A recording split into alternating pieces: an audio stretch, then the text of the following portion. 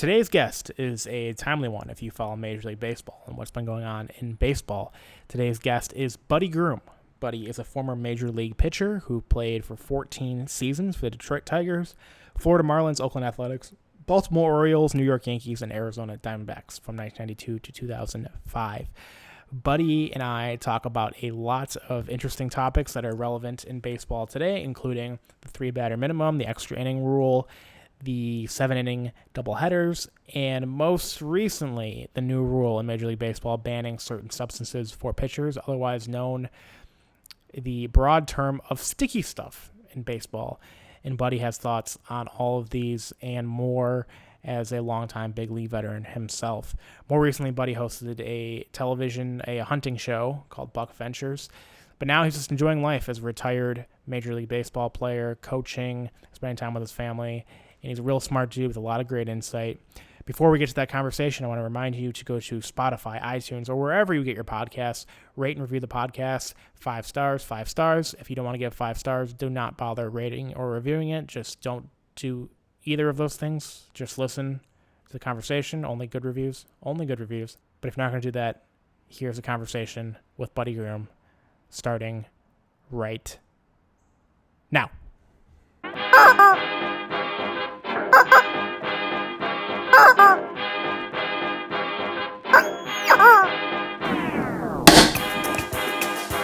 Ladies and gentlemen, Joe Kaiser.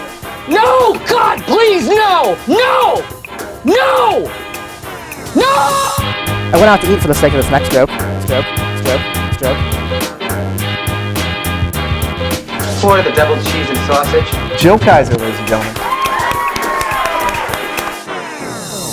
How much baseball do you watch now? I don't watch that much anymore. It just I'll watch the Rangers if I watch anything. I'll watch a game here and there if there's really nothing else on that I want to watch. That's kind of, after, like we were saying, all the rule change, all the things that have been going on, it's just kind of disappointing to watch. Guys striking out 12 to 15 times a game as a team. And, in my era, that was guys took pride in not striking out. I mean, obviously you had the guys at the top of the order that were the number one pitchers. Those guys were usually going to probably strike out 10 or 12 just because of who they were. And then all the other 4 nights of the week, you expected put the ball in play, make the guys have to field the ball to get you out. And it's kind of has trended away from that with guys swinging with more launch angle now. And so it has kind of lost its, to me, its essence of the true part of the game. The whole part of the game is to put the ball in play. Right. So it's not just like a personal choice of you don't want to watch baseball. Do you actually see a noticeable, like, aesthetically, the game, I don't want to say getting worse, but it's harder to watch in the last 10 years? It is. It has been, and it's really migrated in the last 5 years or so. It's gotten really worse. I would say so, yeah. It's just guys don't even care if they strike out. Our guys used to take it really seriously. When they struck out, they'd be really mad. If you got the sombrero, you didn't even talk about it. That was a bad thing. And now it's not a big deal if you get the sombrero every night, Right. And guys are getting the golden sombrero now, and it's no big deal. They get go 1 for 5 and hit a bomb, and that was a good night. They think that was a good night, but you struck out 4 times. Right. Some guys have already struck out 100 times already. I mean, guys wouldn't even strike out 100 times in the season when I was playing. Now they're striking out 100 times before the All-Star break. Right. It's yeah. crazy. And I think a lot of that is the analytics part of it, saying a strikeout is essentially the same as a flyout or a ground out. And it's not necessarily wrong from a numbers perspective, but visually watching it. I mean, I was watching a game from 2003, like a rerun a couple weeks ago, and it wasn't even the same game. Single after single after single. I'm like, what's going on here? Station to station baseball, bunting, hit and run. Like, it was just a completely different sport. So you don't really realize it until you watch old games, and you're like, this is completely different. Yeah, there's really bunting is become a lost art now. I mean, it's not really even practiced. Even at where I help coach at the high school. I mean, we have the kids, part of their hitting when they're hitting in the cage and doing their BP is, you bunt a couple balls, they just kind of halfway do it, and then we let it go, and that's the end of it. And then when we try to call on them to do a safety squeeze or something like that in a game, they don't execute it, and we go, crap, why didn't they execute it? Well, they, half did it when they were practicing it. So we'll have days, our coach is big about it. So we'll have days where we put a cup down on the ground and they get a prize if you get it in the cup, so you put a cup down the first and third base line, and if they make it in, they get some money out of the deal. So we kind of have to do some incentives to get the kids to even want to do it anymore. That's fun. With coaching younger kids, how is that? How long have you been involved with that? Oh, it's been probably at least 10 years or more. So we got a little Christian school that our kids go to, and we've been to the TAPS Final Four like 7 of the last 8 years or 8 of the last 9 years. Been to the Final Four, so we got a good reputation as having really good baseball at our school. Has the way that you and the other coaches approached it changed based off the evolutions in the game? Or you guys kind of, especially from your perspective, you played for so long. I don't know if that would really affect you, how the game's changing, but have you guys had to change the way you approach coaching because of the way the sport's changed? Not really. Our coach is, a few years older than me, so he's, old school like I am, and so we're teaching the kids, knob to the ball, when the foot goes forward, the hand separated, and you go to the ball with the knob first, and if kids, the kids that don't get it and don't do it, they're not going to be playing because they're not going to be consistently hitting the ball if you take a different approach than that. And so our coach is really straight up with all the kids and says, hey, in order to play, you got to hit because we got a good team. So you're going to have to prove that you know how to hit and that you can do it the right way. Or you just won't play. We've got enough kids that are good enough that can play. One of our kids from our school just got drafted. Cool. That was at Dallas Baptist, Jackson Glenn. He was the second baseman and hit 20-something home runs at Dallas Baptist this year. He was from our school and then went to Grayson Community College for 2 years and then went to DBU for 2 years and got the extra year because of the COVID. And went back this year and hit, 350 or 360 with 20 or 21 home runs. And I don't know if you saw it, but the kid against the Virginia game, when they lost, a local kid was standing down there and they showed it on ESPN, and the kid caught the ball and was filming it as it came out to his glove.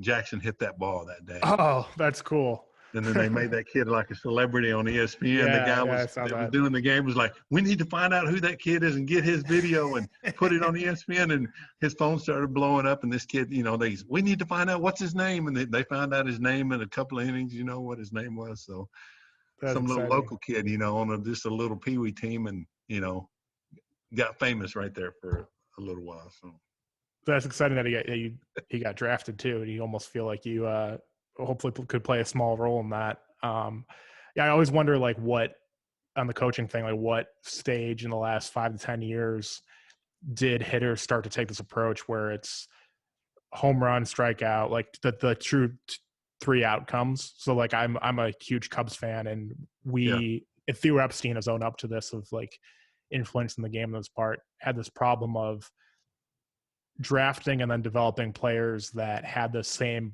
player profile of home run, strikeout, walk. And they kind of found themselves in a situation now where Jed Hoyer, the current president of baseball ops, is saying we need to go back to contact because our entire lineup 1 through 8 is the same guy who's either going to hit a home run, strikeout, or walk. And it affects the other guy in the order. If your lineup's not diverse. So I think it's probably front offices in the last 5 years especially went really hard into that. Now quickly it's like they have to go back. Well, and it kind of started, I left Oakland after 99, and the year after was basically Moneyball. Yes. And that's basically when it started. To me, that year, 2000, when they did the Moneyball movie, that movie was kind of based on the analytical side of baseball, and that's basically where it kind of started. And they kind of planted the seed, and then all these other teams started paying people and have people on staff right now to do all their analytics stuff to say, well, it's not worth it to bunt anymore. It's better off, you'd be better off swinging and missing and striking out than you would trying to bunt because you're not going to get any value from the bunt. And even with the guy on second base in the 10th inning now, they're not even saying, oh, bunt him over because you give up the out, but the odds of him scoring aren't as good. And the analytics say this or that. I'm like, play the game, the way that you should play it, and let the cards see where they fall, because that's just the way the game's going to work. Exactly. And I like the acquisition of more knowledge and the game getting smarter and Oh stuff. yeah, without a doubt. The book was Moneyball was great and the movie was great. And those teams proved it, winning 90 plus games year after year and winning the division. But I think now we're probably learning more stuff. We gave up so much on contact and so much on different elements of the game that you have. And I think the shift is part of this too, because I see all these left-handed power hitters grounding to the third baseman in right field, where now we have more knowledge of like, okay, we actually do need to have the ball and play more often because it's going to increase our percentage to score, our likelihood of scoring runs. It's not just. Well, and you even see some of the softball, and now you see they'll move the second baseman out to the play right center. And the third baseman's playing shortstop, and the shortstop's playing the second baseman, and everybody, all 7 of the guys are on, the second base side of the infield, and you're going, that's crazy. How can the guy just not bunt why wouldn't you? Why do you have to be such a big man and try to hit it? Yeah, you just take your bunt the other way and force them to have to come out of that. That's the only way it's going to happen, is that the hitters force them to physically have to go out of that shift, because you're going to get on base. And the biggest thing is that guys don't understand is if you flip that lineup over by getting a guy on base because he bunted, now you flip that lineup back over in the 8th and 9th inning, and that 3 and 4 hole and 5 hole hitters may get an at bat and come up at that point of the game where they might not have had the guy not gotten on base. If he just decided, I'm going to go up there and hit into the shift and ground out, you don't get that extra at bat, which could be the whole difference in winning or losing a game. Totally. They're just giving you the third base line. And I know bunting is difficult and you need to practice it, but they're just giving it to you. Giving it to you. It don't even have to be a good bunt. Just stick your bat on it, poke it, and push it that way. I mean, there's nobody there. If it gets to the cut of the grass before the dirt, you're going to beat it out every time. I don't care if you're slow as a catcher. If you're a slow catcher, you're going to beat that out. And then you end the shift overnight because defenses have to adapt because you keep bunting again. I've never understood why I've seen a few guys do it. Kyle Schwarber was bunting against the shift for a while, but you should be doing it every single time, in my opinion. Because until they do it, they're just going to keep playing over there, and they're going to keep taking hits away from you. Who's to say we can change the rules of the game and make the guys not come out into the shift? I mean, there's no rule saying you can't, that they can't do it. So why should we tell them all of a sudden they can't? Exactly. It's not on the players to make the adjustment. It's on the hitter to make the adjustment to whatever the fielders are doing to him.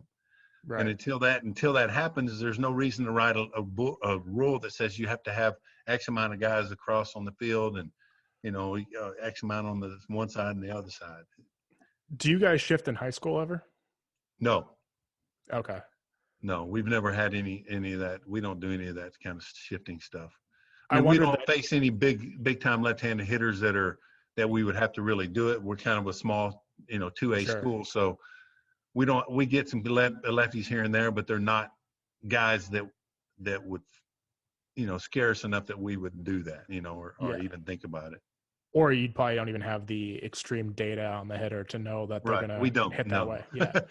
I've always wondered that because just when I played baseball when I was younger, like the shift wasn't nearly as popular, obviously. And I don't even think it came to widespread use till I want to say like 2014, 2015. Like maybe 10 years ago, people started to shift occasionally. Yeah. But I think it was like 2015 that everybody started shifting at once. But I've gone back and forth on the rule because I think left-handed hitters could end it overnight if they wanted to by just bunting against it. Absolutely.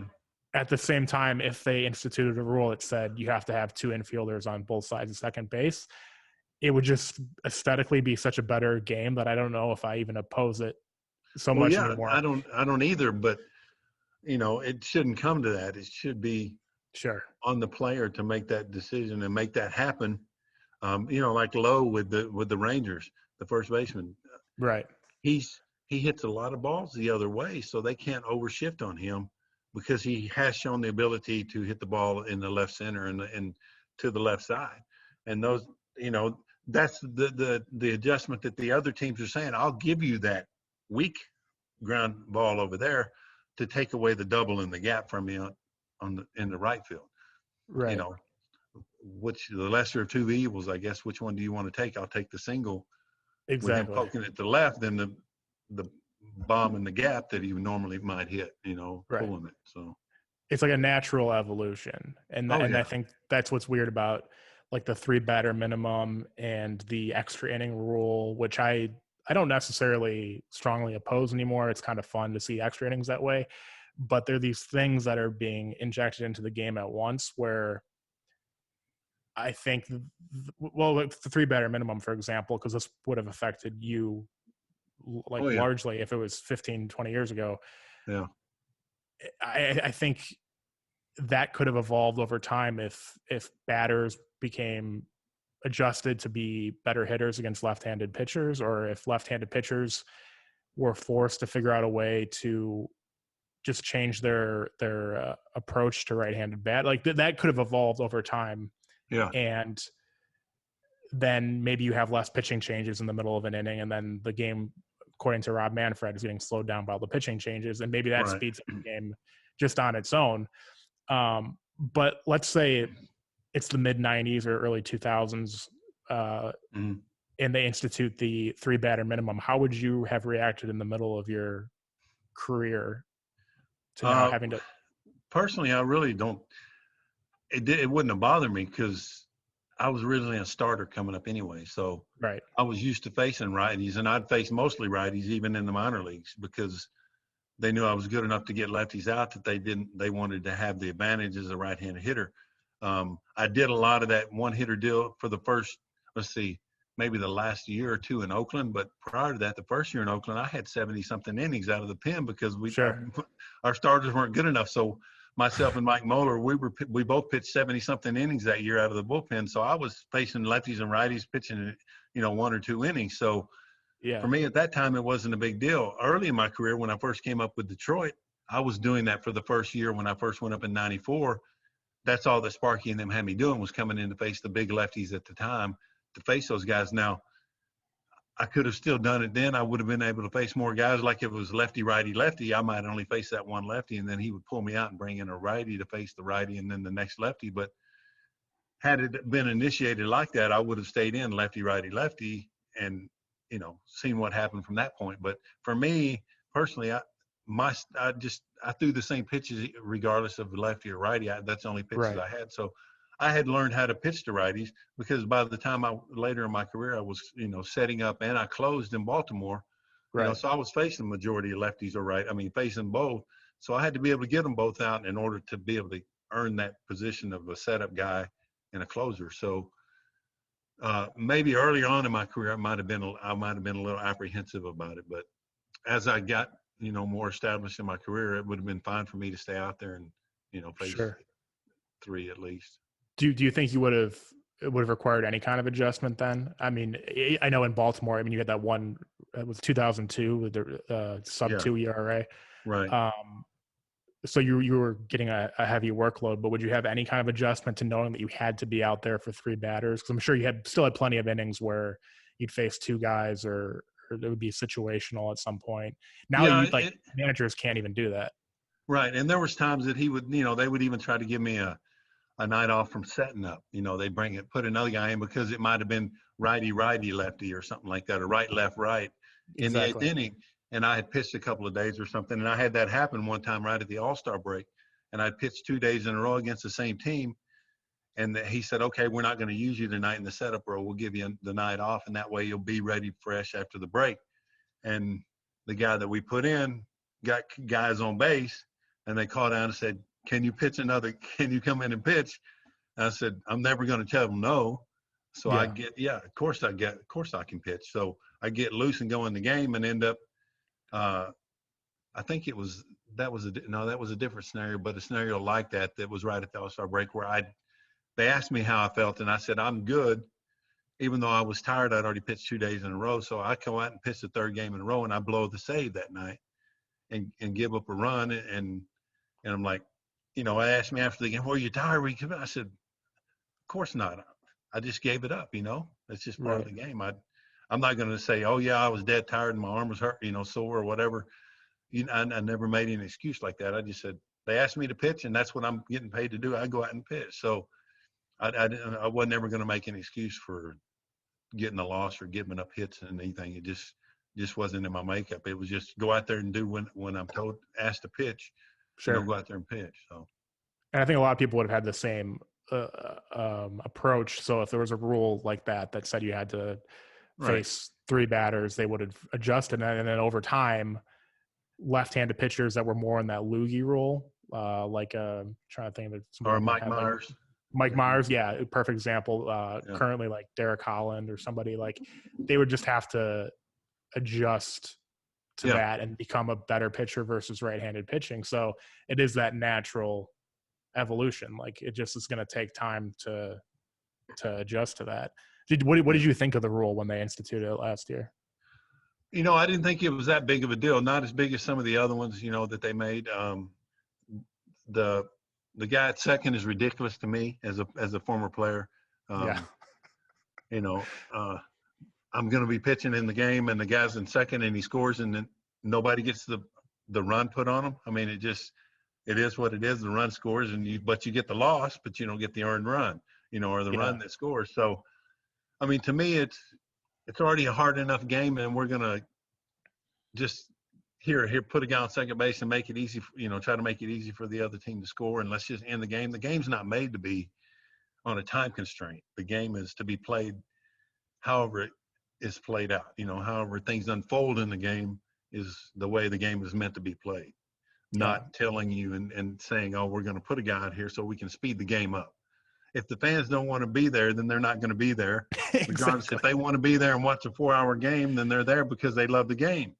And that's the people that we want there anyway. That's the people that are putting eyeballs on the field and watching the games. Is they like that part of the competition, and they like that part of you have to earn that to get it. We're not going to give you, and as a lot of us older guys, we call him Man Fraud instead of Manfred. Because he's a fraud, he needs to be gone. And if you see she gone with Jeff Fry, like we were talking about. I mean, we're like Manfred needs to go. I mean, he just doesn't know what he's doing. He's way in over his head. He's doing all these stupid rules, and he's just wrecking the game right now. And in our opinion, as older guys that have been around, I know we might get outdated sometimes with some of our thoughts and processes and stuff. And I'm okay with the analytic stuff to a point. Mm-hmm. But you still have to go out and play the game the way the game is designed to be played. And that's between the lines with, guys doing their job. And I noticed even on the scoreboard in the new stadium here in Texas, they have like exit velo and launch angle on the scoreboard. I'm like, what does that even matter? Who cares? Right. I mean, you either give up a home run or the guy hits it, squares it up, and he hits it a line drive, whatever. Why do we need to know that? Right. I don't even understand the WAR. I see this new one with the WAR. I'm like, I don't even understand how to do that. So I don't even know what it means. Wins against replacement or whatever. I don't know. Yeah. How's that figured? I have no idea. So it's I love the statistics just because I love baseball, but that's a complicated formula and I can't do the math myself, but it's baffling to me. So I think Manfred is probably universally, of commissioners in all sports in recent memory, probably the most universally disliked, I think, by fans in the sport. I think Roger Goodell in the NFL came close for a while. He gets booed all the time, no matter what. Yeah, he's used to it. He embraces it. But I don't know anybody that supports what Manfred's really been doing wholesale in baseball last few years. And his big argument to it is trying to grow the game, and part of what he thinks is growing the game is speeding it up. But what's never made sense to me is if people aren't interested in the game, I don't think having a condensed version of that is going to attract fans. It's the quality over the quantity. It is more singles, more action during the game, more contact, more balls in play.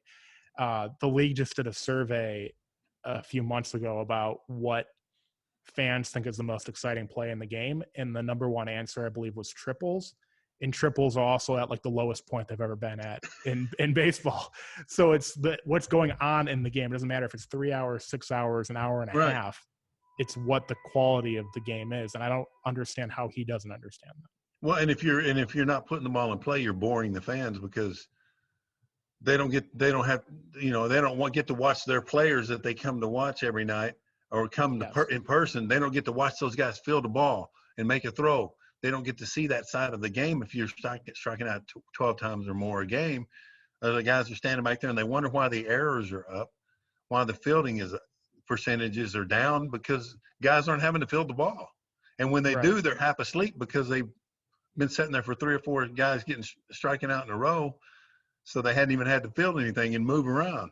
Now the guys, like when I played with Bordick, and he had like over, I think he set the record at shortstop for the most games without an error. He went well over 100 games. I mean, he took pride in that, playing that thing, and he got lots of action. It wasn't like, he was getting maybe 1 or 2 balls a game. He got a lot of ground balls because that's the way the game was. When they got 2 strikes, the guys shortened up and they tried to put the ball in play. They made Bordick have to field the ball and field his position and do it. Now that's kind of seems like that's going by the wayside a lot more. Yeah, it's more action, not just for the offense. Like if there was more ground balls, you'll see guys who like in Dralton Simmons or Javier Baez or people who are like really flashy in the field make plays. It's more exciting. Like my team strikes out more than anybody in the league. It's boring to watch, even though I'm watching every game, strikeout after strikeout. It's just kind of gross to watch. Just more contact. Watching a game, I said this before, watching a game from like 20 years ago seems completely different. But watching all these classic games really highlights how different it was to see you have an inning start off with 3 singles to load the bases. It just keeps you more engaged. It's like the basketball equivalent would be if you had games that are in the mid 70s or something right now, like nobody's scoring. Like it would be, the solution wouldn't be to speed up the game. No, it would be to make the game better. Yeah. So exactly. I just don't understand. The extra inning thing is exciting, but like from your perspective, can you imagine starting the 10th inning with a runner on second base? I imagine. No, I mean, that's what's just so crazy about it. Why would I get punished as a pitcher to start a guy at second base when that guy didn't earn anything? We're just going to give them a guy on second base, and then if he scores, I'm going to get the loss. I may give up 2 ground balls to the right side to give up a ground ball to the second baseman. The guy goes to third, give up a ground ball to the second baseman, and the guy scores, and we don't score, and I lose the game on 2 ground balls. Right, or a bunt and a sac fly, and you lose the game.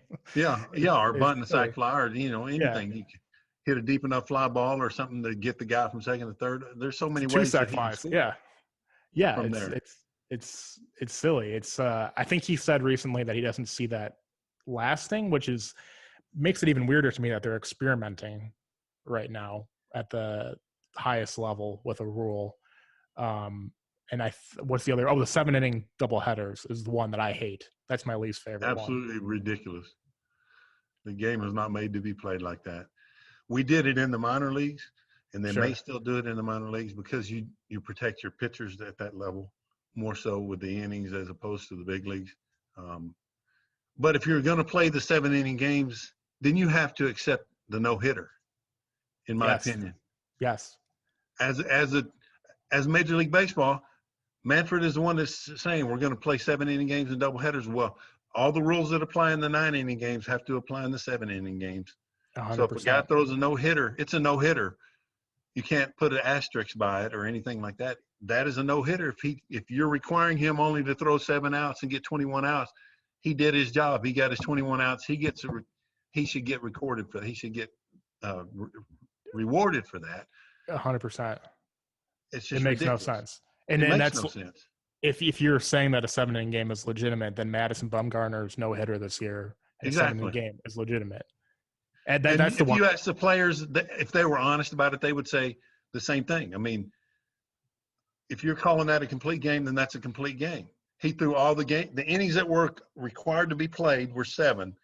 Yes. He pitched all 7 of those and didn't give up a hit. Therefore, that's a no-hitter, regardless if it's a 9-inning, 7-inning, 8-inning, 9-inning, whatever it might be.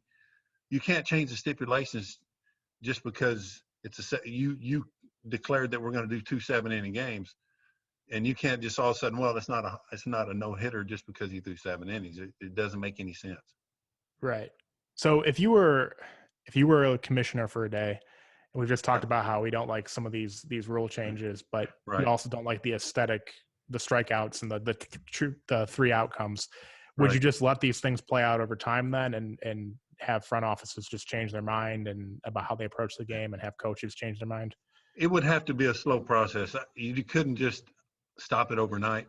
A lot of this stuff is it's gotten so analytical now that to try to stop it overnight would just be crazy in itself. I think where you have to start is you have to put the pressure on the players. You have to put the pressure on the guys that are playing every day, that are striking out all the time. And you have those guys in the minor leagues that aren't doing that are putting the ball in play at that same position.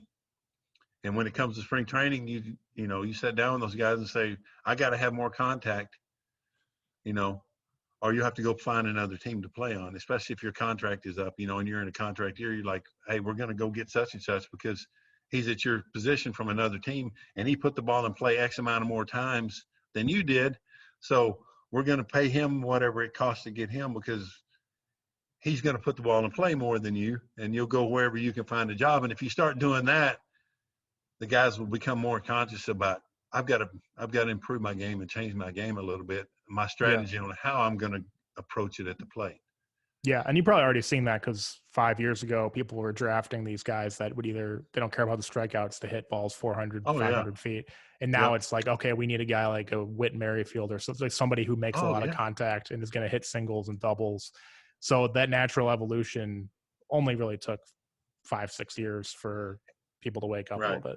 And that's what I loved. I say, bring those big donkeys to the plate when I'm pitching. I would rather face those guys all day long than those Whit Merrifields. And all the little, Adam Dunn all the little guys that, that spray the ball and put the ball in play, man, those guys were the outs. Those guys were tough. Those were the guys that, for me as a pitcher, were the tough guys because I knew when they came up there, they weren't trying to hit the ball out of the park. If they ever hit it out of the park, it was just because they happened to square it up just right and create the right kind of angle. They're not trying to hit the ball out of the park. And if you hear Jeff Fry say that, he's like, I was a line drive hitter. If it went out of the park, it went out of the park, but I wasn't up there to try to lift the ball out of the park. My job, he said, was to put the ball in play and to get on base for the other guys. And for me, I love facing those guys that were the big power guys because I could elevate with them. I could move the breaking ball around with them and get them to chase stuff.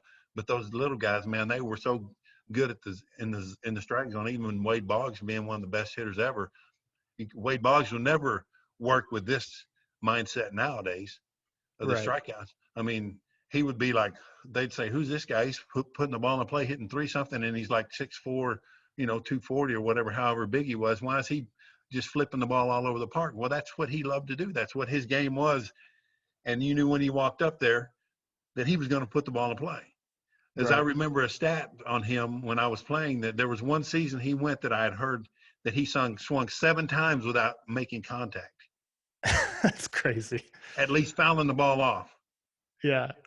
The whole season. I guess a lot of his strikeouts were probably looking or something. He was looking for a different pitch, but 7 times to not make contact and at least foul the ball off. I mean, I'd do that when battles him. I'd throw him a breaking ball away and he'd just, flick it like that, foul it off. Dang, now I got to throw him another pitch. All he's trying to do is get those guys will get the ball back over the plate. Tony Gwynn, those guys, I mean, those guys were a tough out every time they walked up there. And then, there were so many of those guys in that era. There's so many crazy Tony Gwynn stats about. Oh man, just his strikeout numbers of I think there was one season where he struck out like 11 times or 13 times in the season. It's crazy. It's foreign to even look at him. Mark Grace is another one. Yeah, I'm sure there are a handful of others where they walked more in a season than they struck out every year. And that shouldn't be weird. It shouldn't be now weird. you can't find a guy like that. Oh no, absolutely not. Absolutely not. And it feels like every team had one. Even Jason Kendall, who was a catcher, you'd never see a catcher with that offensive profile anymore. Who's leading off and hitting 330 and stealing bases. Now they want a catcher that just all they can do is hit home runs and catch and throw. You don't have to hit over 200 anymore as a catcher. If you can you got to be able to catch and throw, and that's all the teams really care about. It's not about the average anymore or how they hit. They want you to do those two things: call a good game and throw guys out. Yeah. And if you hit, that's a bonus. I mean, that's true with the Zunino. getting to play in the Right. All-Star game, and he was hitting under 200. Right. Yeah, that's crazy. That's Yasmani Grandal almost made the All-Star game, and he's hitting like 190. Yeah, But a it's great crazy. pitch framer, and he takes his walks. It's like, it's weird. Yeah, we've accepted that catchers aren't good hitters, and I understand the information argument. Like they want people who are good at pitch framing, who can throw guys out, who can call a good game, all things that are important. Right. But it's made for a visually worse game that you're just kind of sacrificing an entire position as these are bad hitters. Even pitchers, like I'm thinking I'm pro DH now, but 15 years ago you had some pitchers that could really swing it, that could really actually hit. They took pride in it, The starters, they took pride in it because that affected them as a pitcher.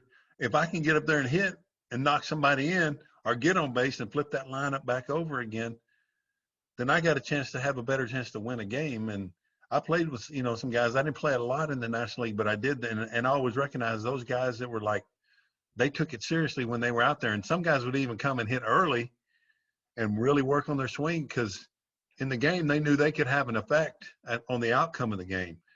And they weren't just a pair of shoes up there to strike out in the 9-hole. I mean, they were there to get on base for the leadoff guy.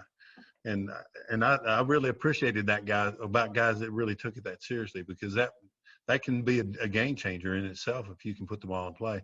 I like the fact that it should go back to the old school where the pitchers have to hit because it calls for more strategy from the managers.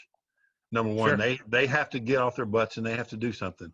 They have to do the double switch, and they have to tweak things and do things that they might not want to do. And that's what I saw when I was the difference from the American League to the National League was the managers were way more involved in the National League. And you got to have guys that are smart guys to be managers in the National League because there's a lot of strategy that's involved late in games. What do I do? Am I going to do a double switch late in the game or do it earlier in the game? And now I've got the pitcher batting in a 3-hole or 4-hole and the bottom of the lineup is this guy. So there's a lot more strategy. And I think that's big, but how much more would it change the game, Yeah, the strategy is interesting. Like I think it's fun to the double switching and this kind of goes to the 3-batter minimum though too, because we always have the managers waiting to get a pinch hitter in to know who's pitching and the kind of chess match there. That is fun to watch, and it makes careers for a lot of guys. Lenny Harris, Mark Sweeney's the 2 top pinch hitters of all time. Like they had a career of being a solid left-handed contact bat. You might not play a position super well, but you're always available on the bench. There's a rule. It's just kind of I don't think it's being considered by the league necessarily, but a rule idea that's floated around the internet of the DH is attached to the starting pitcher. So you have a DH as long as the starting pitcher is in the game. And then as soon as you take the starting pitcher out, you lose the DH. It's kind of a compromise between the DH and the National League rules, which I think, okay, you keep the strategy, but you have the DH, encourages you to leave the starting pitcher in longer. I don't know. That might be fun, but I see both sides of it because I love the strategy, and I was always anti-DH until last year when everybody had the DH.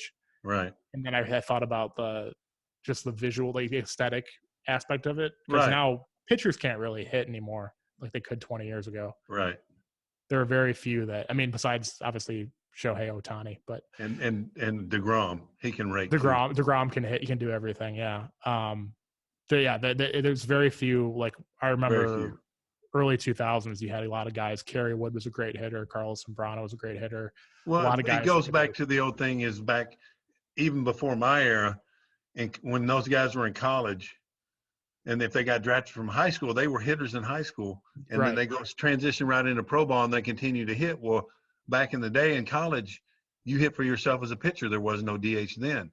So those guys in that era, the 70s and 80s eras, a lot of those guys hit for themselves all through college. And then all of a sudden the trend was, even by the time I was in college in the late 80s, there was a DH. So I never sniffed an at bat. I didn't go to I didn't at bat. I was there to be a pitcher and a pitcher only.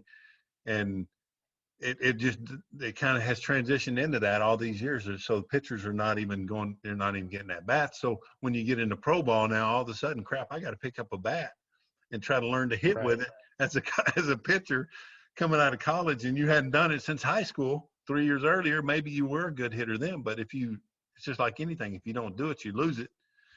And then to try to hit guys throwing 95 plus with movement on the ball, on their fastball and their nasty breaking stuff, and then you got to try to hit it at the big league level. That's not going to happen. Right. You're not going to do it. Do you think there's a possibility, since you're coaching young players, for more two-way players?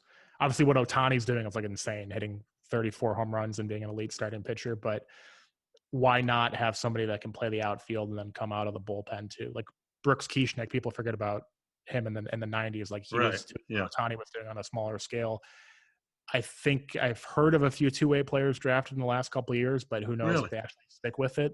And the team might decide to make them a reliever, make them an outfielder. One or the other, yeah. Yeah, but why not? I mean, if somebody has that skill set out of high school, the main reason is because of the games played. I mean, it's one thing to play 50 or 60 games in college or 20, 30 in games in high school and do it. You can get by with it. But if you're playing even in the minor leagues 144 games or in the big leagues 162 games, it's almost impossible for your body. And I don't know how Ohtani's going to do it and how he's going to continue to play at the level he's playing at by pitching one day and then you're DHing all those other days. So you're running the bases if you get on base, and then you're putting your arm through the throwing, and then you got to throw bullpens in between. So your body's getting worked out there, and then you're still required to hit. So you're using your legs in every asset by throwing bullpens and throwing in the game, and when you're at the plate hitting. So the body at some point is going to break down. The older he gets, he's going to have to decide.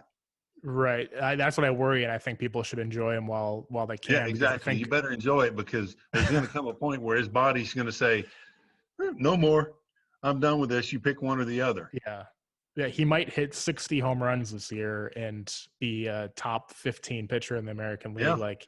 That's nuts. I think eventually he's either going to have to become like a setup man or a closer if he's even going to keep the pitching going at all. And he could do that. That would be the only scenario that would be anywhere, in this realm that you could even imagine fathoming happening, would be for him to do that. Right. And he could do that, do one inning a game. And then if he's already DHing and he comes in and pitches, you just lose the DH for that, at that point in the game, and you just deal with it. You just give that out up when it comes, for whoever's coming in there, because you're only going to have X amount of position players left on the bench. So, it is what it is. But that's the only way you can really combat that, is for him to, at some point, he's going to have to switch to that or go strictly pitching. But his bat is so good, he's got to be in the lineup. Exactly. Yeah. He just let off in the All-Star game last night and started pitching. It's crazy, but he is going to have to pick one. But even if he did that, if he was a late inning reliever, that's still insane value to your team. If he was going to lead that setup man, and then you lose a DH in the 8th inning, who cares anyway? That's insane value. So it would be cool to see more guys who have that skill set that might be able to pitch an inning, might be able to play left field, alternate between the two. Yeah. Well, and he could close. I mean, he could be a closer. Yeah. He's got good enough stuff to close. He's got enough pitches. He throws well enough. I think he would have to hone in the strike zone a little better to be that closer, because you've got to come in as a closer right away, focused on, I got, this is my inning and this is it. I don't have time to work out the bugs in my mechanics or, get a lot of high pitch counts. So that would be an adjustment for him. I don't know. I don't think he's ever done that I know of. I don't know, but maybe he did do it at some point in Japan, but I don't know. But that would be an adjustment for him to have to do. When you closed games, did you have to make what adjustments did you have to make? Well, for me, it wasn't that big of a deal because I had been setting up. Sure. So my mindset was, when I went out there, I took it as if those are my 3 outs, and whatever, if it's 8th inning or 9th inning, I just went out there with the mindset, I've got to get these guys out that come up in front of me. So when it became the 9th inning, there was just the pressure of it, but I didn't play it like that, because if I did, then you get caught up in that. And for me, that just what worked for me. I don't know what works for other guys, but I just saw it as another inning. And that's the way I tried to approach it. Whoever was coming up there, I had to be focused, the tunnel vision, when I got out there, and pound the strike zone from the day one. And that's what I teach my kids. I said, I don't care if you give up 10 home runs in a row, you never stop challenging. You never stop pounding the strike zone. Never stop throwing strikes, because you're going to win in the ultimately in the end. The numbers say that. The analytics say that.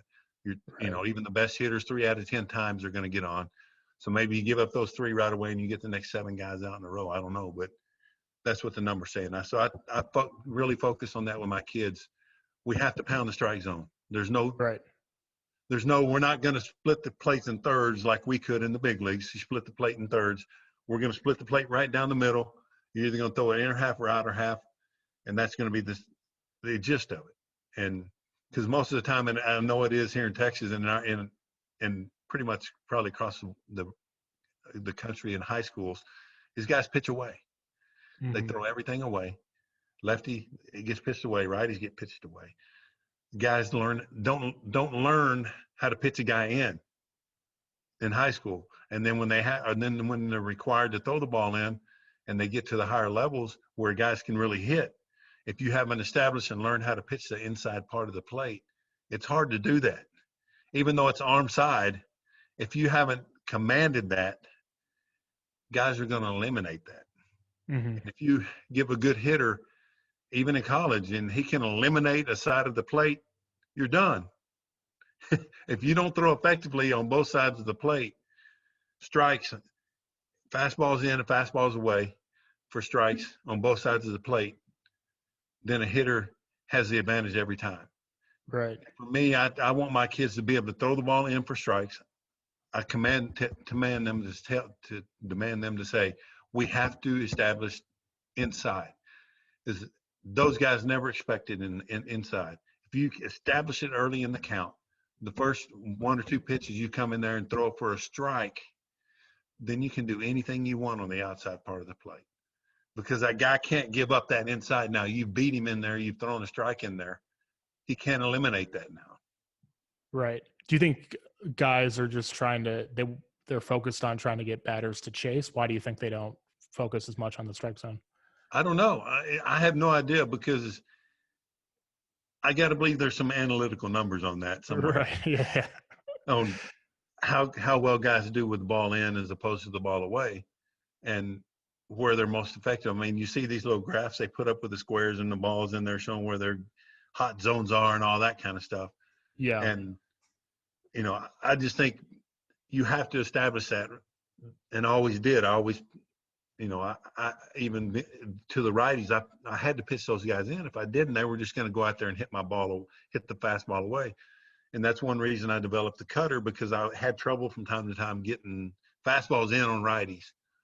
And so I needed something that I could bore in there when I needed it, and I could throw it for strikes in there. So I learned the cutter in the minor leagues, and that's really the pitch that helped me get to the big leagues, because I was able to effectively get righties out, and I could pound them in here with the cutter. And then when I did throw the fastball in there, it just locked them up, because they hadn't seen that ball in there. They're used to the cutter in and the fastball away, cutter in and fastball away, and then I throw a fastball in, and it's like, oh crap, where'd that come from? And so it helped me in the long run, and it's kept me around for a long time. Right. And it seems like talking about analytics, it seems like a very basic analytic thing to say. If you just get ahead of the batter, like the odds of him getting out are just boiling this down to really simple terms. You get ahead of the batter, the odds are you're going to get him out. It's in your favor all of a sudden. So like I think with the numbers stuff, we could boil it down to really simple things. If the pitcher gets strike one, the odds are in his favor. So like, let's just go back to the basics with that too. Is like, exactly, try to throw strikes, because the numbers do favor you if you get strike one. Absolutely. That's what I tell the kids. I said, you look at the numbers. I said, you can find the numbers out. If you go look at the big league numbers and you see 0-0 count, 0-1, 1-1, 1-0, and then you look at the numbers across the board. When you throw strikes, the numbers favor you. Right. It's plain and simple. It's not rocket science. It's you throw strikes, you have success. The guys that throw the no-hitters and the guys that throw, complete game shutouts and stuff like that, if you look at their numbers across there and the 27 outs hitters that they face, probably at least 20 of those are going to have a first pitch strike. Right. Well, now you put the pressure on that hitter. Maybe he chases that ball. That's a ball off the plate. on the second pitch because he doesn't want to get down in 0-2. He wants to, to try to get the ball, at least in my era. I mean, the guys did. They didn't want to get behind 0-2 because they knew what was going to happen. That they were going to get out. They wasn't going to be able to do anything with the ball to drive a ball or whatever. So I had a lot of first pitch swings because guys knew my reputation was I'm coming right at you. I'm going to throw strikes right away. And I even got guys swinging first pitches sometimes that were a ball off the plate because they wanted to be aggressive because they knew I was going to be aggressive. And they'd get mad, and slam their bat because they swung at a pitch they shouldn't have swung at. But they didn't want to get down in the count. And that's what it all comes down to. It's especially, down in the strike zone. And you're talking about those guys that you liked facing, those guys that struck out or hit a home run, right. That's all about getting ahead of them, though. Like if you went 3-0 against Adam Dunn, you're in trouble. You're either going to walk him or he's going to hit one 500 feet. Even with Gallo, the same thing with Gallo. If you get behind him, he can hurt you. But if you get ahead of him, he's a pair of shoes up there. You can get him out. Exactly. So the big thing with pitchers, at least the last few weeks, and I think people are talking about a little bit less, but I'm curious to see where it goes, is what we talked about before we started recording, is the sticky substance stuff. Okay, yeah. As an observer of it, I know you said before we started recording that you weren't a big user of anything like that, but right. How do you? I mean, first of all, what's your take on the use of it, but also how the league has cracked down on it? Well, first, the way the league's cracked down on it to me was wrong. And it's not, even though they're using something they're not supposed to, a foreign substance, it's not something you throw on a guy, on pitchers at that point in the season. Yeah. You put out a warning and you say, okay, at the end of the season, when spring training rolls around, there'll be no more. If you show up in spring training, we're going to check you every day in spring training, or every time you pitch, you're going to get checked. And if you're using the foreign substance, we're going to check during the season. So, coming into spring training in 2022 that you can't use it, or you're going to get fined and you're going to get suspended. You'll stop. You'll figure it out in the winter. You have that winter time. Okay, now I know I'm going to have these balls. I'm going to figure out a way to make it work. And for me, I like the rosin feel. I got enough tackiness from the rosin and just the sweat and the rubbing the ball up. And I would rub the ball up myself every time I got a ball. I rubbed it up regardless. Mm-hmm. And if it hadn't been rubbed, I rubbed it myself because I had my feel on the ball now. I don't know if that's just a personal thing. I don't know if that works with anybody else, but I didn't get it back and go. I took it off and I rubbed every ball that I got. Then I would go down and get some rosin, and my fingers would be black on the tips of my fingers. But when I got done, just from the rosin, and that's just the feel that I liked. I mean, sure. I knew guys that basically all we knew about back then that I knew of was some guys did use the sunscreen.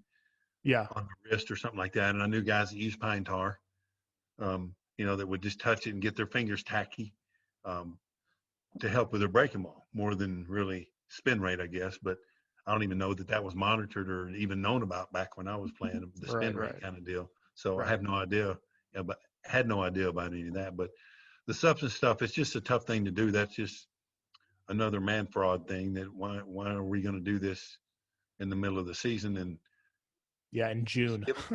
Huh? It started in June of a season. Yeah. It's crazy. Yeah. Well, you just warn them. You say, okay, as of the end of the season, before next season is spring, you have this winter to learn how to do it. Take those balls, take you some balls home and use them. You figure it out with their slick. You figure out how you're going to make it work. And you come back in spring training. So we don't risk hurting guys' arms. I know some of the guys have already talked about having some arm issues. Yeah. The kid from Tampa Bay was talking about, Garrett Cole, I know, is not happy about it. A lot of those guys, Scherzer, so there's a lot more guys. I guess I didn't realize that we're using stuff now as opposed to my era. I mean, I'm sure there was a lot of guys doing it even in my era, but I didn't know about many of them. If they did, they kept it pretty hush hush. The guy I knew about was in the pen. So I didn't know if the starters did any of that stuff. I don't have any idea. Maybe they had the I think some guys maybe will use the pre-wrapped spray. They'd spray it in their glove and it was real sticky stuff. And as it got wet, it would get real sticky. You know, you could get your sweat on it and then make it real sticky. So, and I know that everybody accused Maddox back in the day of, you know, doctoring the ball, and he might have, I don't know, but he was good at it if he was. Yeah, he's one of my favorite baseball players of all time, so I hope exactly. Not. Yeah, that'd be unfortunate. I was shocked too at how many people do it just based off the change in spin rates. So it's like Scherzer. I mean, like Garrett Cole he just pitched a complete game shutout a few days ago, so it's not affecting him that much apparently. But him, Scherzer, Lucas Giolito, I'm forgetting a couple other guys who like are dramatically affected by it. And it's like, oh, okay, so a lot of people were using something that they shouldn't, and it's affecting some performances differently than others. Like a guy like Cole is still succeeding because he's an elite starting pitcher, but I didn't realize how widespread that was. Yeah, because they talked about something. What is it? Some kind of gorilla tape or spider tech? Yeah, I didn't know what it was either. Yeah. I've never even heard of that. I don't even know what that is. So that's how far out of the loop I am. I have no idea what that even is. I've never even heard of that. So I learned about it this year too. What is it? Is it a spray? Is it a gel? What is it? Do you even know? It looks like some kind of gel. Yeah. Oh, I don't know what its actual purpose is though. I never like what sunscreen. It's actually used for? Yeah, like sunscreen, we know what it's used for, and that's why they're using it. But I don't know what spider tech is actually used for, or who was using it. Like Lucas Giolito's had a dramatic change in spin rate, but does that mean he was using spider tech, or was it sunscreen, or was it what else was it? Yeah, yeah. I was at a game the week that the rule change came in, and in between innings, Craig Kimbrell was walking to the bullpen, and I saw him go up to Joe West and take off his hat and have him look at it. And I was clearly asking, is this okay? Is this okay? Is this okay? So it just shows like guys didn't even know what was okay and what wasn't okay in the middle of the season, which is crazy. Right. And did you ever hear about the one kid, the Latin kid that did get busted? What he said it wasn't anything. Oh, on Minnesota, I think. I think I don't know what he said it was, but I don't even know if the league confirmed that it was anything illegal. He got ejected. I know he got suspended or something. They did do the 10-day suspension, but he said it was just rosin. Yeah, he said it was rosin. Yeah, he said it was rosin. I don't know if the league argued that it wasn't, but they did suspend him for 10 games after, I think, almost to make an example of him. Because that's a middle reliever. It's not like they're suspending Max Scherzer, which would have been a big deal. Right. And it's just funny. Now it's kind of used to it, but seeing the guys come out after an inning to unzip their pants and exactly. It's just ridiculous. It's just another issue of the dumb, the guy running the Major League Baseball has no clue of how you run a base, how baseball is played. I mean, he's just some guy with a degree that got the job that had no idea, never probably stepped on the field himself in his life, and he's going to try to dictate what's going to happen in the game that we all love. It's just been getting, completely kind of morphed into something different than it was meant to be. Right. And it's gotten crazy over the last 5 or 6 years, as you say. So, well, it's a shame because I don't know the process of finding a commissioner and all that, and how he came to rise to that, or if he can be replaced or anything. But it's just a universal disdain for the guy. Not him. I don't know him personally or anything like that. Like just him in this role as a person. But him in this role, there's just this universal dislike for it. So I don't know. It's just hard to see what the conclusion of it is. If he keeps instituting new rules, or he bans the shift, if what they do with the foreign substances. But it seems like nobody's in favor of a majority of the stuff. Right. And I look back on the years back when I was playing, almost everybody on the coaching staff, and even a lot of the front office, like the GM and even the president, most of those guys were ex-players. Yeah. So they had an understanding. They knew when a player stepped out on the field, what was going through his mind, because they did it. And now you got guys like John Daniels here with the Rangers that's completely screwed the Rangers organization up for the last 10 years. The guy should have been gone a long time ago. When he said he couldn't get along with Nolan Ryan, guess who should have gone? John Daniels should have gone instead of Nolan Ryan. And when a guy like that, you have it at your disposal to teach your young kids how to mentally be a big league pitcher, as a starter day to day, then they let John Daniels determine that he's not going to no longer be in the organization. And I was like slapping myself in the head going, what's going on here? We got a guy that went to Yale or Harvard or wherever he went, and he's going to dictate one of the best pitchers to ever, if not the best pitcher in that, obviously with strikeouts to ever play the game. And you're going to say you can't get along and Nolan Ryan's going to leave. I mean, I have a big problem with that, because now you're getting all these teams that are getting washed down with people that are coming from analytical side, coming into a game that they've never played and have no idea what that player's going through and what that player went through to get to that point. More so mentally, what is it like to be on the field? They know what that player's going through. And those organizations that have those guys are the ones that'll have success, because the people that are running the team know what's going on with the player. Right. It should be a mix in the front office of because right now most of the GMs and president of baseball ops are like Ivy League grads who are like experts in economics or something. Like they have a skill set and a knowledge base that can be valuable, but you got to have a mix of different perspectives. Your scouts should have some kind of background in baseball to evaluate. I heard Theo Epstein talk about this years ago when he started in Boston in 2003. He had this mindset of baseball players as assets. He didn't really talk to them. He saw them in like an analytical sense. And then as he matured, by the time he got to Chicago, he realized the value in actually talking to the players, having relationships with them, understanding their personality, their background, especially when drafting players. If you're a good person, like what kind of person you are. Absolutely. And that's probably the pitfall of a lot of these Ivy League economics kind of guys. I don't know much about John Daniels other than his track record, but if these guys aren't thinking of players beyond what they are in the payroll and what they are on the stat sheet, then that can cause a problem. It can. And that was the big problem here with the Rangers. I mean, their minor league system has been just a havoc. I mean, just been so bad for years, and it's been better. It's gotten better this year. The last couple of years, it's been a little bit better, but they've had real bad track record with first round picks. Right. The guys having Tommy John, and a lot of that could have possibly been solved if you'd have kept Nolan Ryan, because he could have taught those kids how to protect your arm and what to do to make it through, to be able to pitch 200 innings in the toughest, face the best hitters in the world. Here's how you have to do it, and here's the plan that you need to do this.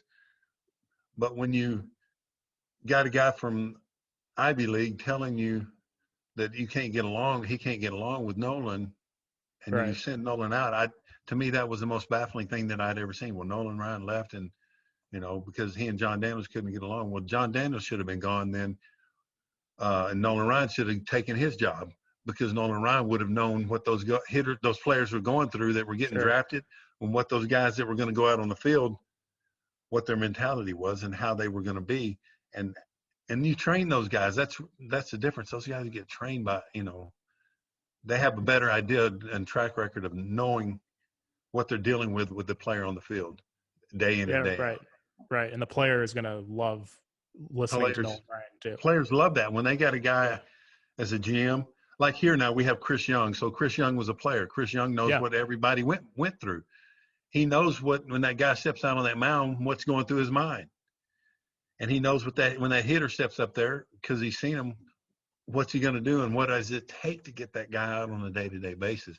So that's the kind of players there that they look for, the kind of things that they're looking for in their minor league system, and that's the kind of guys you want to draft. And to me, the personality of the guy goes a long ways as to how he's going to work for your organization, and how well he's going to, if he's ever going to become a big league player, or is he just going to be a minor league player. If you can sit down and you just have a chat with those guys and see what their mentality is, what their mindset is going in, those are the guys I want. I don't care if they're the number one best player on the field. I want the guys with the bulldog attitude that I'm going to stay in, I'm going to do whatever it takes in the weight room, or taking ground balls or taking fly balls. I'll take those guys every time, even if they're not the most talented, because they're going to win in the end. Yeah. And they're going to learn because they've had to do it. They're going to learn because they weren't the best player on the field, so they had to do what it was to make them better. And that's why and I that's think sorry, I was gonna say that's why I just from an outsider perspective, that's why I think a lot of great coaches weren't necessarily superstar players because they have a mentality right, of I need to improve and I need absolutely. And a lot of your managers were never super great players, but they're great at the mindset and the yes. knowledge of the teaching the game and how to play the game the right way. I mean, just like this kid that I was telling you, we got drafted from our little private school. I knew when Jackson came to our school, he had an older brother that had already been there, and he has a younger brother that played there. And the younger brother is probably best talented one out of the family. But for whatever reason, Jackson, he had that what I call the it factor. And being that I played for 19 years, it just got to be where I don't know, for just whatever reason, I could see it in certain kids. And I saw that in him when he was, from the time he was like a freshman in high school. I said, if he chooses to and he puts his mind to it, he has the makeup, he has the ability, because he was a good enough hitter and he could field the ball and he was building arm strength. He was getting his arm strength stronger and stronger every year, and he had the work ethic. I said, this is the kind of kid that could make it in the end.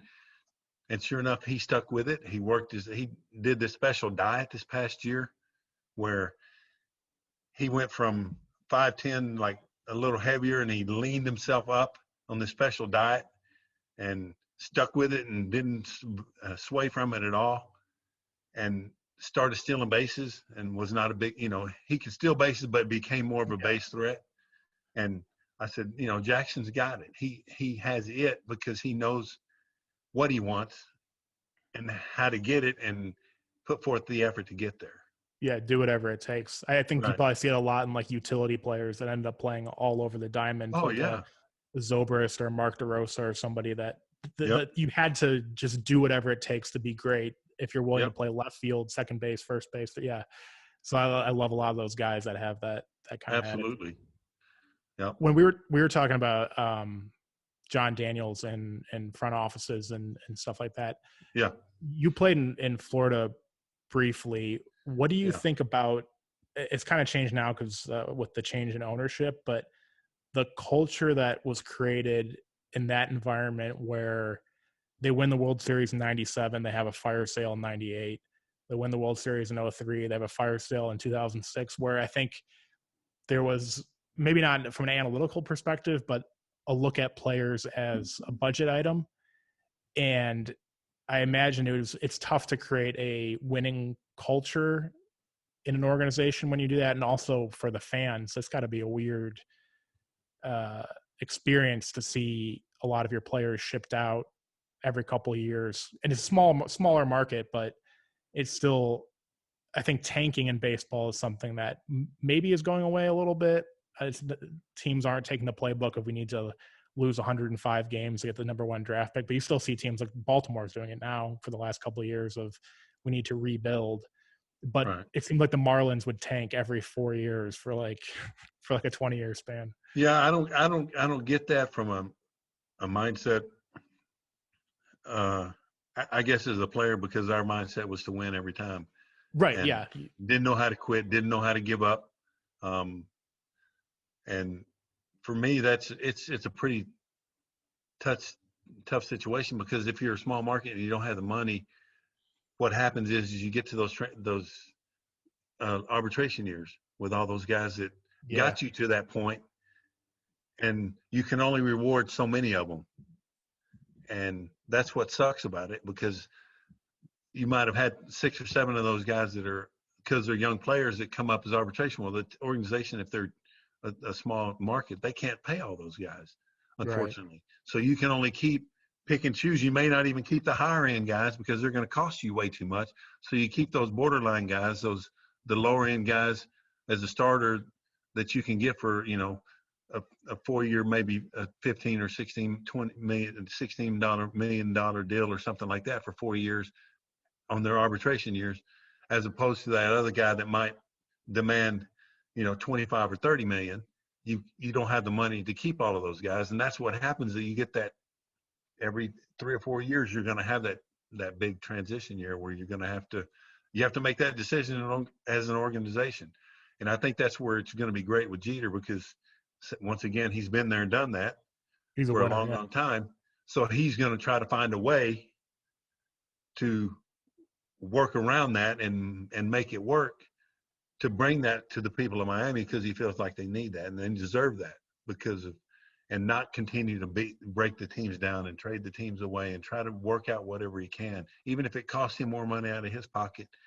I think he's going to be willing to do that because Jeter's that kind of person. I was able to play with him, and he was one of the best guys I'd ever played with as far as a teammate. I mean, every day he said hi, asked you how you were doing, and he cared about you. And so I know he cares about those guys on the field because he's been there and done that once again. Absolutely. I think it's just not good for fans if they see the cycle of rebuild, title contender, rebuild. And I think fans have been so conditioned to either we need to rebuild and tank or we're going to win the World Series. And there's this middle ground of you can just be competitive and you might make the playoffs and you might win the World Series. And we're conditioned to it in Chicago because we rebuilt for 4 years and then won the World Series almost immediately. And now fans right now are like, we need to blow it up. And it's like, you can still be competitive and keep interest. You don't need to be the Orioles or the Dodgers. Like, I wish more teams would just be competitive. I don't want to take up too much more of your time, but I want to make sure. I know you've been big into, even before baseball, obviously, but right now into hunting and everything you're doing with Buck Ventures and stuff you've been doing. I'm not doing that. You know, I haven't done that in I guess this is probably my 4th year now. Okay. That I haven't been with this show. My mom got into bad health. She has dementia.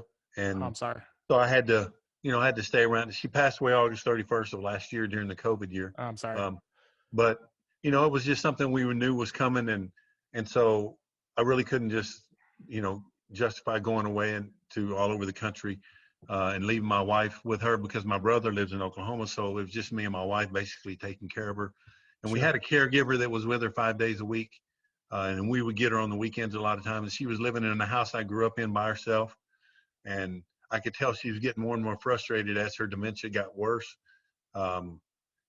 She would seem to be restless at night when I would take her back a lot of times that, which house are you taking me to? And I just didn't want her to continue because she would wander from time to time and go down the street and go to another house. And so I had to end up putting her in a home a year and a half ago before she was in there about a year and a half before she passed. But it was just one of those things I didn't have, but I just had to step away. Sure. Yeah. And I still have my best friend that lives here that I grew up with, that he has a lease and I go and hunt with him. So I can still get to do it, just not on the degree that I was before. Sure. Not to the level I was before, gone all the time. I'd be gone in the summer like now, going up and setting up a ranch or helping set up a ranch, feeding, setting up tree stands or whatever. So, because you have to do all the time now in the summer to get ready to hunt in the spring, or in the fall, so. Yeah, well, I just know it was a big passion for you. It was, and it has always been. And the passion kind of went away a little bit when I was going through all that stuff with my mom, because that was most important to me. Sure. Because my dad had died previous to that with Alzheimer's. So I had my dad with Alzheimer's, my mom with dementia. So I dealt with both of them in both of that situation. So my dad never really got angry and mean with it. My mom didn't get too bad, but she would get bad enough that she would curse at me. And my mom had never cursed in her life. So I had to deal with that side of it that I had to hear from my mom.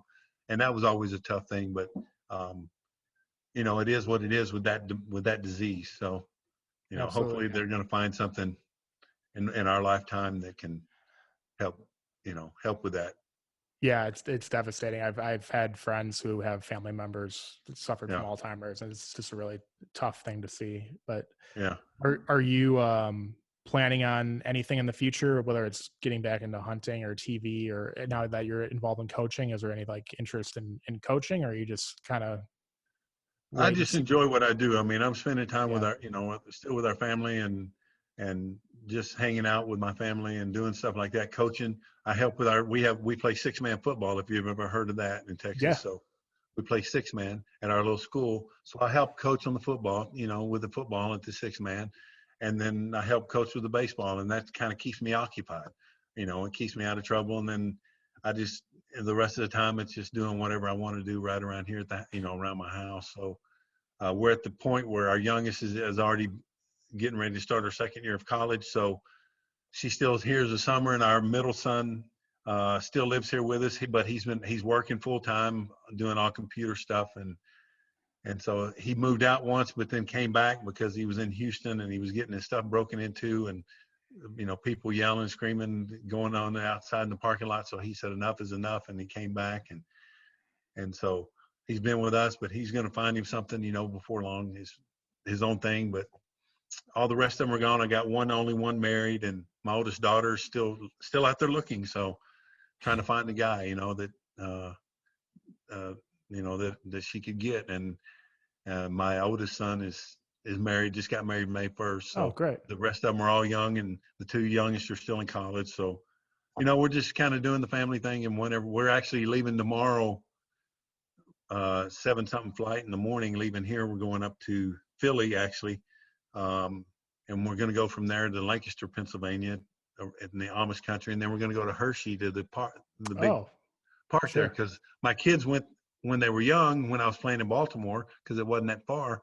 And they all went to that, but even my older ones weren't old enough to remember much of it, and they couldn't really ride any of the rides. So we're going to go back and do that and kind of do an Amish thing. We're going to go see the Liberty stuff.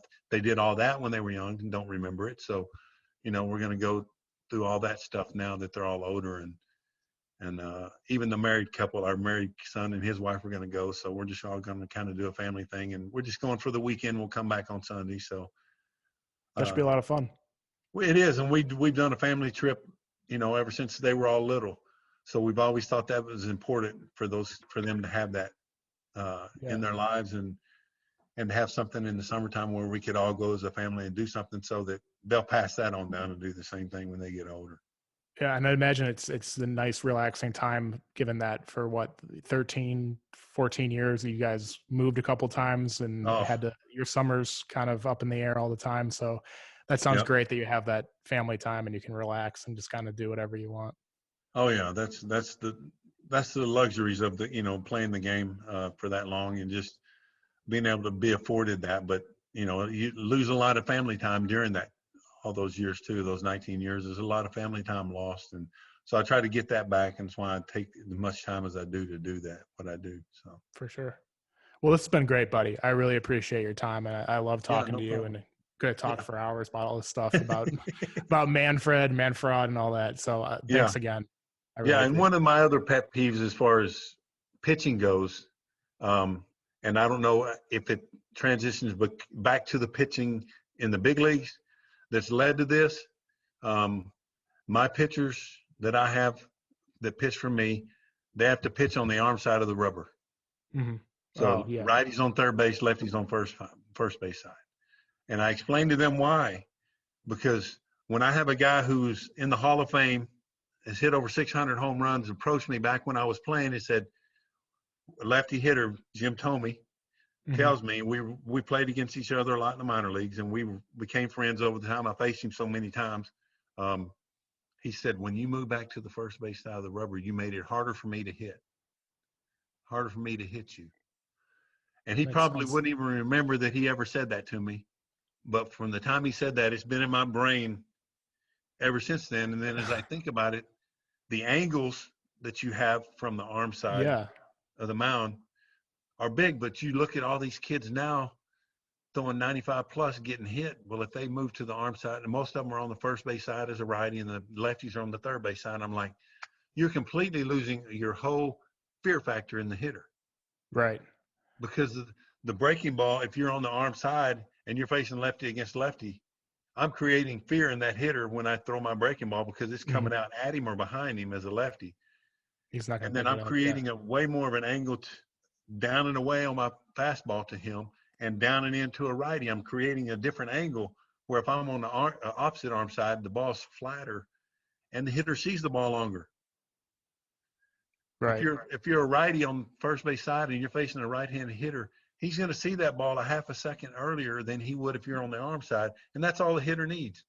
Right. And if you just watch that in a game one time, just watch if you see a right-handed pitcher or a lefty, either way, pitching on the opposite arm side, and you watch a righty against a righty, and he's pitching on the first base side, just watch that hitter's reaction to the breaking stuff. Because if you're sitting there watching it, when you get that view from the center field like they give you, you watch that hitter, and you see if that hitter ever flinches from the breaking ball if the guy's on the first base side. If anything, he's doing that. He's leaning out, getting ready to go get that ball because it never starts out at him. He never creates a fear. And a righty against a righty down and away, you're creating this kind of angle as if I'm over here, I'm throwing here. It's a flatter trajectory, and they're seeing the ball longer.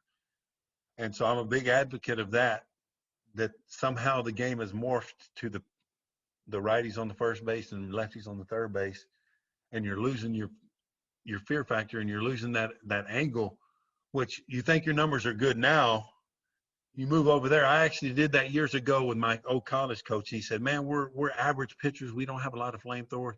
Do you have any advice as to what we could do to maybe increase our numbers? And I said, you put your lefties on the first base side and your righties on the third base side. He called me back after the season. He says, we dropped one whole percentage in our pitching, whatever it was, from a 4-point whatever to a 3-point something, or vice versa, whatever it was. They took one whole point off of their ERA just by moving on the arm side, but because they weren't dominant pitchers, so they had to do something. They needed something, an edge, to help them. And that's so much with the breaking ball, especially righty against righty, lefty against lefty, where you have that advantage if you're on the same side as that hitter. And how it ended up transitioning into what it is now, I don't have any idea it did or how it's gotten to that point. But I see high school kids are doing it because they see the college, or they see the guys in MLB doing it, and then the college guys are the same way. They've been doing it since high school, so they just continue to do it in college. And you watch all the older pitchers that have been around for a long time, the Coles and the Scherzers, and you watch where they're pitching. They're on the third base side. And they're there for a reason, because they know they learn from the guys that were ahead of them, the older guys. Clemens, all the big name righties, all those guys were on the arm side. Right. Always on the arm side. And I don't know how it morphed into going opposite, but you've lost an advantage, in my opinion. That's my opinion. And your ability to get that hitter out consistently. Yeah. When you lose the fear factor and you're facing the best hitters in the world, night in and night out, 95, 98 miles an hour, it's no big deal. If they see the ball half a second longer and you're providing the power, all they do is they get the bat in the zone. Yeah. That's all they got to do is put the bat in the zone. I love how you said Tommy might not remember saying that to you, but right. if you hear one of the best home run hitters of the 90s give you some unsolicited advice of, wow, I can't hit you. It's like, wow, I'm going to remember this forever. I'm going to. And some reason I had kind of morphed to the middle, and I don't really remember why or how. Mm-hmm. And then at some point I go, and I don't even remember when I did that or how I transitioned back, but I ended up going back to the first base side again.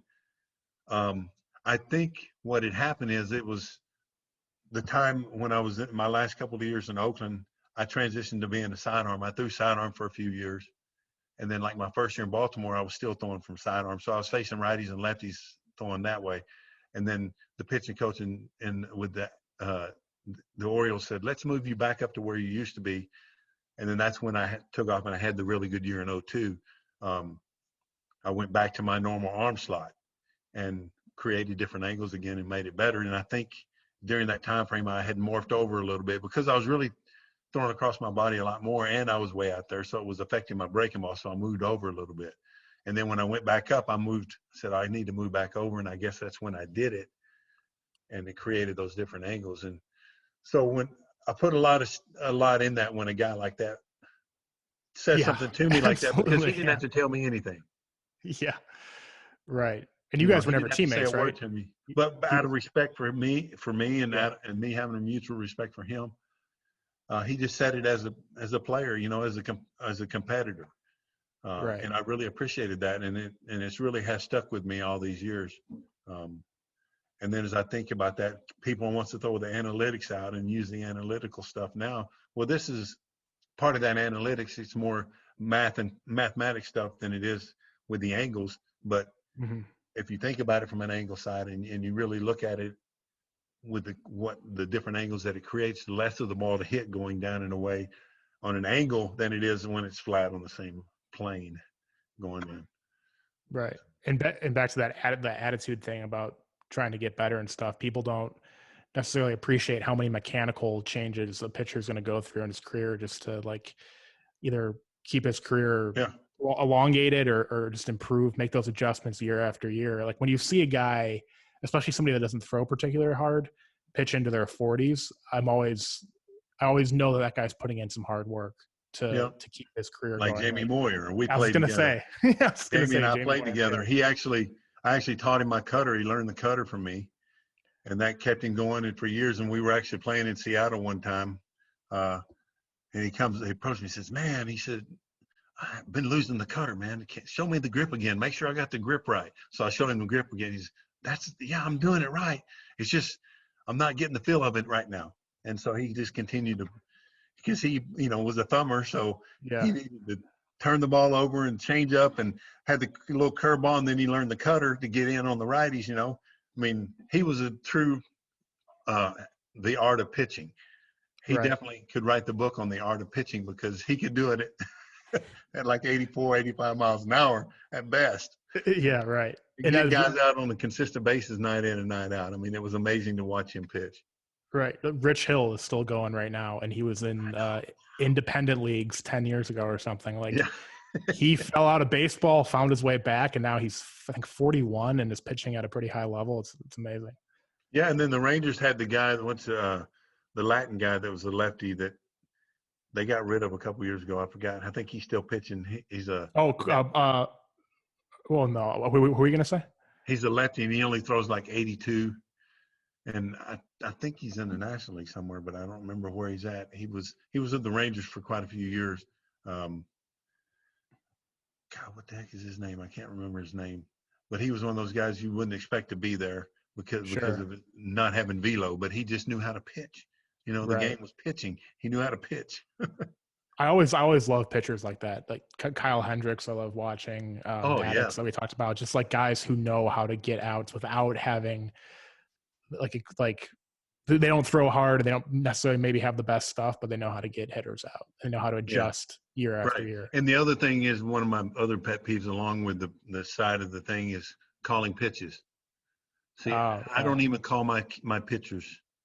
I make all my pitchers call their own game right now. Even though if they go to college, more than likely, they're going to get their pitches called for them. Mm-hmm. But I want you to learn now. And if you fail, and some of our number one kid was pretty good, but he had his moments where he pitched the kid in the lower half of the order wrong and got behind in the count. And then I'd have to talk to him in between innings, go, listen, I know what you want to do right there, but I know what you need to do, and you need to learn. The bottom of the order, which you're going to be in our level, they're not very good. So I said, you got to throw the ball right down the middle. Quit trying to throw these kids breaking balls and strike everybody out. They're not going to hit your fastball when you throw it over the plate. They're in the bottom of the order for a reason. Right. So I need you to go out there and I need you to challenge these guys and throw it. And don't even worry about what they're going to do with it. If they put it in play, that's a plus. Yeah. And you don't have to throw all those extra pitches. But I need you to learn how to pitch. And so I want my kids to know how to set a guy up and how to get a guy out and not go be a robot out there. I'm calling all your pitches for you. And you're going to go, okay, I'll throw that. Yeah, that's what he put down. Yeah, I'll throw that. Well, you see that in college. Now, these guys that are transitioning from a lot of these big schools, and I sit there and watch it, and they're looking at a wristband, and they're touching all this stuff here, and the guy's out there, and he's okay, and he shakes his head. Guess what? You don't do that when you go to the next level. Yeah, exactly. I was going to say, yeah. Now you're going to the big league. Now you're going to professional baseball. Guess what, Charlie? You got to call your own game. Yeah, you got to learn that early. Starting pitcher, what are you going to do? Okay, whatever the catcher puts, I'm going to throw. No, you have to learn. It's not easy. Yeah. And it's not a quick transition in how to pitch. And that's part of being a pitcher and not a thrower is looking at a scouting report. How am I going to take this into the game? And how am I going to pitch to this guy and get this guy out? And the first time you do it, when I first did it and started, because we didn't do that in college, they didn't call my pitches either. I called my own game. But when you first do that and when you first get into pro ball and you learn and you set a guy up and you get a guy out and you go, wow, that was pretty cool that worked like I planned for it to work. Yeah. But now those kids have no idea if they do it, they won't even know what they did. They won't know Right. that they set that guy because the coach set him up for him. Right. And now you've gone from not knowing how to do that. All of a sudden you're thrown into the fire. There you go. What are you going to do? And you're looking over, you're looking at the catcher, and the catcher's looking straight at you. He's going to give you a sign, and you can go, okay, or no, or what? Well, what do I throw then if I'm not going to shake that off? So most of those guys are going to have a little time of a struggle because they're going to have to learn How to call a game how to call their own game. And okay, this guy's a first pitch fastball, heavy duty swinger. Well, that doesn't mean I don't throw him a fastball on the first pitch. Right. It's about where I locate it. Right. I want to make him chase the ball down and away. He's a first pitch fastball guy. I'm going to throw him a two-seamer down and away. For me, lefty against a righty, I'm going to throw him a two-seamer away. Here you go, try to kill it. And just swing and hit me a ground ball. That's perfect. That's one pitch, all I have to throw to you. It's learning that it's more than just getting up there on the mound and whatever's put down, you throw it. You have to have a reason for why you do it, and you have a scouting report that's going to tell them that. But more importantly, can you execute that when you go in the game? Right. And it's going to be hard for those guys at first because they never had to do it. Right. And you can't just rely on your on your talent. That's why I think guys who don't throw hard are just so much more interesting to. I mean, I love watching the Aroldis Chapman or Michael Kopech or somebody who throws super hard pitch, but like to see somebody get to a high level, just outsmarting hitters and knowing the scouting report and knowing the assignment and throwing first pitch strike and throwing 6 different pitches. It's just more interesting to me. You've been there and done that, man. You battled to the hilts. You didn't have the ability to throw 100 miles an hour. You had to learn how to pitch if you wanted to even get there. Yes. For the person to even get to that level in professional baseball, you're one of the best, and you had to do something to get there. And that's going to be the problem too, is a catcher's been programmed by like a robot too. He's looking at that coach or looking at his wristband, and he's putting a sign down. That's what he's told to call. Yeah. Now the catcher, how's he going to know? Okay, well, let's see. I guess we'll just start him with a fastball right here. Why? Can you tell me as a catcher, why did you give the guy a first pitch fastball? Or why don't you call a first pitch slider? Or why did you call a first pitch curveball? I know what the scouting reports say, but why would you call that pitch? Well, I don't know. I just felt like calling it. Well, it don't work like that. You have to learn, and that's the part that's why guys have to have minor league innings. Hitters have to have at-bats, but pitchers, and more so than anything, have to have those innings so that they learn how to pitch and how to get guys out because you're doing it on your own. You're the only one that's getting paid. Your hand's out for the money, but you have to take control of that, and you're the one that's being held accountable when you go back to the dugout, not the catcher. Right, especially because the catchers, you're going to throw to a million different catchers in your career. You're going to play with a bunch of different coaches. You got to be your own. You got to be your own guy. You got to be your own guy, and you knowing your stuff, knowing yourself, knowing it from night to night, and having that trust in the guy that is catching you to come to you in between innings and go, your curveball sucks tonight. We're not throwing it. Yeah. And you have that and a slider both, or hey, your changeup ain't good. We're not going to it. If we go to it, it's going to be an 0-2. You throw it in the dirt. Or if your curveball, we're going to throw it 0-2 and we're going to waste it, or you're going to throw it first pitch out of the zone just to show it to them so that they know that you still have it, but we're going to get them out with these pitches. And I had those nights like that where I go out in the game, my cutter, I was like, crap, I've got to get guys out with my fastball tonight. I got to be able to use it down, throw an occasional changeup. I was a changeup guy more so when I was a starter, but as I morphed when I transitioned into relieving, I was fastball cutter, and I threw a changeup from time to time, but it wasn't a big pitch for me. So when I did use it, a lot of times it was because maybe I didn't have the feel of that cutter that night. And I'd be some nights it would be lights out in the pen, and I go into the game with my chest all up, blowed up. I'm gonna stick it up these guys' butts tonight and to get out on the mound and throw. Hitter steps in there, and every one I throw is crap. Every one of them I threw would spin or didn't break, or I couldn't throw it for a strike. And now I'm crap. It went from great being up here mentally to now you're down here mentally. And that's going to be a big transition for these guys to learn, because you're going to be up here. You come out of the bullpen and you go, man, I'm lights out tonight. And it may not transition to the mound. And then there's been other times I was horrible in the bullpen. I'm going, God, I may not make it out of the first inning tonight. And he throws 7 or 8 shutout innings. I had that happen multiple times. I'm going, crap, guys, you better be ready down here. I can't throw a strike tonight. And sometimes it's just a transition from that one mound to the other mound. The adrenaline of the game, the hitter stepping in there. That's what's crazy. And what's awesome about this game is it can change from hitter to hitter, from inning to inning, especially from the pitching side. Yeah, Kerry Wood says that before his 20 strikeout game, he had the worst warm-up of his life in the bullpen. Yeah. Couldn't throw a strike and thought he was going to have a horrible game, and then threw a one-hitter, 20 strikeouts. And I've seen it happen where guys did have that. Like, I remember specifically one time when I was in Baltimore, and we had Sidney Ponson at the time, if you remember Sidney. Yeah. Big, strong guy from Aruba. He was warming up in the pen one night, and I think it was in Toronto, actually. He was warming up, and, I mean, he was just dotting it down and just boom, boom, boom, all his breaking stuff, boom, everything was there. He goes, boys, you got the night off tonight. I'm throwing oh, no. see you after the game. And he goes in the game and throws gives up like 1 run and 3 hits and throws a complete game, So he had it, and he took it in the game, and it transitioned into the game. I was worried he's going to jinx himself there. I know. That's what I was thinking. He was going to jinx himself. I was like, oh, crap, we're going to be up early today. But he said, hey, boys, y'all can you got the night off. I've got it tonight. And he kind of said that. Y'all take the night off. I got it tonight. And he would go out there, and he went out there, and he did it, just what he said he was going to do. So it kind of bounces around like that. That's just the life of a pitcher, Right. You try to figure it out as you go a lot of times. Got to make adjustments. And that's how, if you have a career as long as yours or some other guys, like, you have to have had made adjustments along the way for it to work. You do. You absolutely do. Well, this has been great, buddy. I really appreciate your time. Yeah. Really enjoyed talking to you. You too, Joe. Thanks for having me.